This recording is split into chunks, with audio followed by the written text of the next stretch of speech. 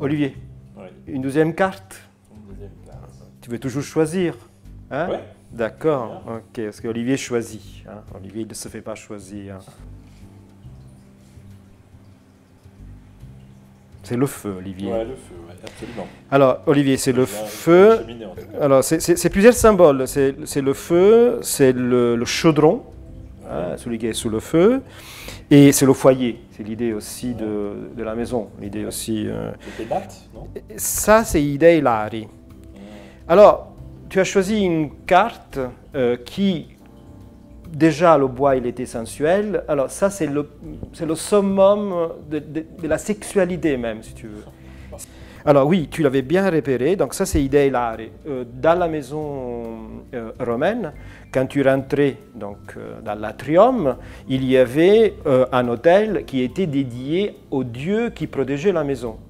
D'ailleurs, le mot atrium vient de âtre, qui dans le vieux français, ça veut dire la noirceur de la cheminée.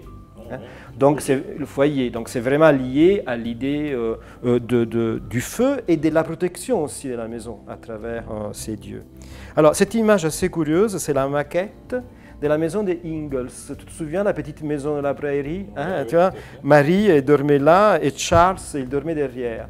C'est l'idée de la cheminée qui sera le centre de tout le programme des Prairie House de Frank Lloyd Wright.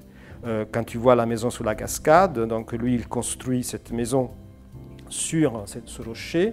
D'ailleurs, dans l'image de la cheminée que tu vois là, il y a une partie du rocher qui est restée à l'état de nature.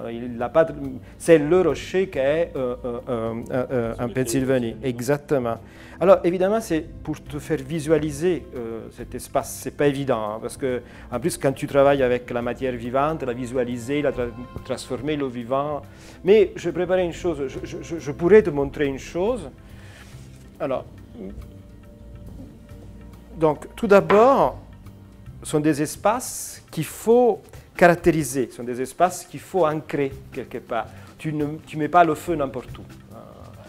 Tu le mets dans la cuisine, tu le mets dans le séjour. Donc, il faut un contexte, il faut quelque chose qui soit une sorte d'ancrage, quelque chose. Et après, il nous faut du feu, évidemment. Donc, on peut utiliser celui-là.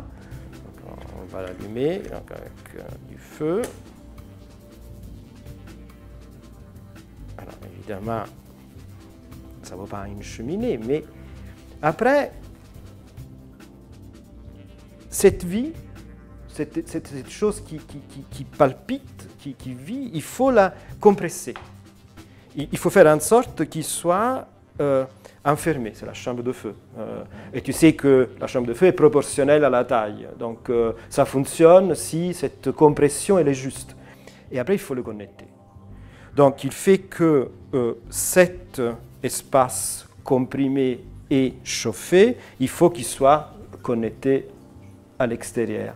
Il faut qu'on puisse sentir qu'il est connecté à l'extérieur. Alors, évidemment, on travaille avec le feu, parce que c'est la carte du feu, mais bizarrement, tu peux faire la même chose aussi avec l'eau. Par exemple, moi que j'adore les cheminées comme toi manifestement, j'adore l'aquarium. Et d'ailleurs, je voudrais que tu le testes, l'aquarium.